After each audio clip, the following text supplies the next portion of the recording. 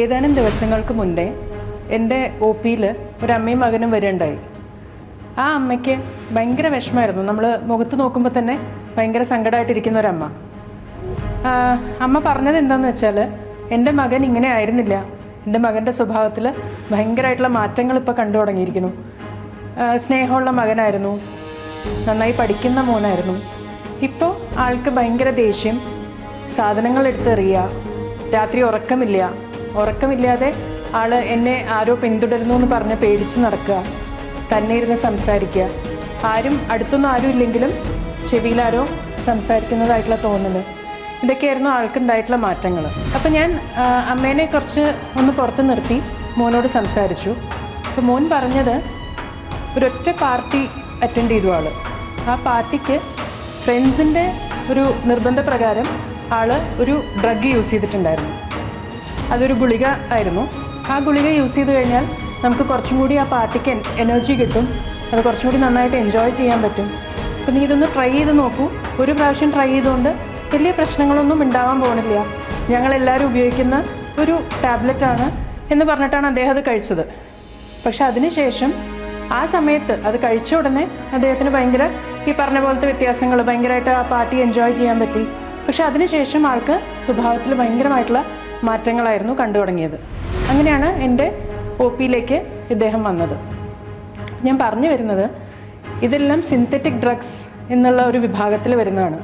Synthetic ഡ്രഗ്സിൽ തന്നെ ഏറ്റവും common ആയിട്ടിപ്പോൾ ആളുകളുടെ ഇടയിൽ വളരെ യൂസ് ചെയ്യുന്ന ഒരു ഡ്രഗാണ് MDMA, അല്ലെങ്കിൽ അതിനെ മോളിന്നും മെത്താംഫെറ്റമിനും ഇതൊക്കെയാണ് സാധാരണക്കാർ അതിന് ഉപയോഗിക്കുന്ന പദങ്ങൾ. അപ്പോൾ ഈ MDMA യൂസ് ചെയ്ത് കഴിഞ്ഞാൽ ഇതൊരു മിഥ്യാധാരണയാണ്. ഒരു പ്രാവശ്യം യൂസ് ചെയ്ത് കഴിഞ്ഞാൽ ഇതിന് വലിയ പ്രശ്നങ്ങൾ വരില്ല എന്നാണ് പൊതുവേ ആൾക്കാരുടെ ധാരണ. പക്ഷേ ഇതിനെ പാർട്ടി ഡ്രഗ് എന്നും പറയുന്നുണ്ട്. അപ്പോൾ ഇത് ആ പാർട്ടിയിൽ മാത്രമല്ല, ഇത് പിന്നീടും ആളുടെ ജീവിതത്തിൽ വളരെയധികം മാറ്റങ്ങളാണ് സംഭവിക്കാൻ പോകുന്നത്. അത് പലർക്കും അറിയില്ല. അപ്പോൾ ഈ MDMA നമ്മൾ ഒരു പ്രാവശ്യം യൂസ് ചെയ്ത് കഴിഞ്ഞാൽ ഇത് നേരിട്ട് ബ്രെയിനിലുള്ള ന്യൂറോ ട്രാൻസ്മിറ്റേഴ്സിനെയാണ് എഫക്റ്റ് ചെയ്യുക. ന്യൂറോ ട്രാൻസ്മിറ്റേഴ്സ് എന്ന് പറയുമ്പോൾ ഡോപ്പമിൻ, സെറട്ടോണിൻ, നോറഡ്രിനാലിൻ, ഇങ്ങനത്തെ ഈ ന്യൂറോ ട്രാൻസ്മിറ്റേഴ്സ് ഭയങ്കര അധികമായിട്ട് ഉൽപ്പാദിക്കപ്പെടുന്നു. അങ്ങനെ ഉൽപ്പാദിപ്പിക്കപ്പെടുമ്പോൾ ഇത് അമിതമായിട്ടുള്ള സന്തോഷം, അമിതമായിട്ടുള്ള എനർജി, എന്തെന്നില്ലാത്ത ആൾക്കാരോട് സാധാരണ സംസാരിക്കാൻ ഇൻഹിബിഷനോ മടിയോ ഉള്ള ആൾക്കാർ ആ ഒരു ഇൻഹിബിഷൻ ഇല്ലാതെ ഭയങ്കരമായിട്ട് ഇൻട്രാക്ട് ചെയ്യുക, ആ ഒരു ഹൈ കിട്ടുക എന്ന് പറയും. പക്ഷേ ആ ഹൈ വളരെ കുറച്ച് നേരത്തേക്കേ ഉണ്ടാവുള്ളൂ. ഇത് കഴിഞ്ഞാൽ ഈ ലോങ് ടേം ഇഫക്ട്സ് എന്ന് പറയുന്ന ഒരു സംഭവമുണ്ട്. അതായത് ഈ വിഡ്രോവൽ പീരീഡ് അല്ലെങ്കിൽ ലോങ് ടേം ഇഫക്ട്സിൽ ആ ഒരു ഹൈ കിട്ടാതെ ആകുമ്പോൾ ഇതിൻ്റെ ഒരു ഇഫക്റ്റ് ഒരു 3-6 മണിക്കൂറാണ് നിൽക്കുക. അത് കഴിഞ്ഞാൽ വല്ലാത്തൊരു ഡിപ്പിലേക്ക് ആൾ പോകും. ആ ഡിപ്പിൽ പോകുമ്പോൾ വല്ലാത്ത ഉത്കണ്ഠ അല്ലെങ്കിൽ ആങ്സൈറ്റി എന്ന് പറയും. അതല്ലാതെ വല്ലാത്തൊരു വിഷാദാവസ്ഥയിലേക്ക് പോവുക, ഒന്നിനോടും ഒരു താല്പര്യമില്ലാത്ത അവസ്ഥ. ആൾക്ക് ഈ ഒരു ഡ്രഗ് കിട്ടിയാൽ മാത്രമാണ് പിന്നെ ആ ഹൈ കിട്ടുന്നുള്ളൂ. ബാക്കിയൊന്നും ആളെ എക്സൈറ്റ് ചെയ്യിപ്പിക്കുന്നില്ല. ഇതാണ് അതിൻ്റെ ഒരു മെയിൻ പ്രശ്നം.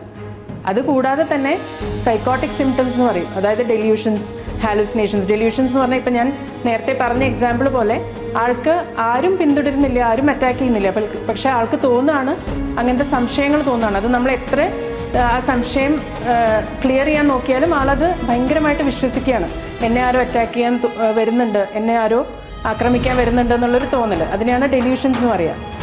പിന്നെ ഹാലുസിനേഷൻസ്, ചുറ്റും ആരും ഇല്ലെങ്കിലും എൻ്റെ ചെവിയിൽ ആരോ ശബ്ദമുണ്ട് അല്ലെങ്കിൽ സംസാരിക്കുന്നു എന്നുള്ളൊരു തോന്നൽ, അതിനെയാണ് ഹാലുസിനേഷൻസ് അല്ലെങ്കിൽ ഓഡിറ്ററി ഹാലുസിനേഷൻസ് എന്ന് പറയും. അപ്പോൾ ഇതൊക്കെ ഒരു സിംഗിൾ യൂസ് കൊണ്ട് തന്നെ ആൾക്കാർക്ക് വരാറുണ്ട്.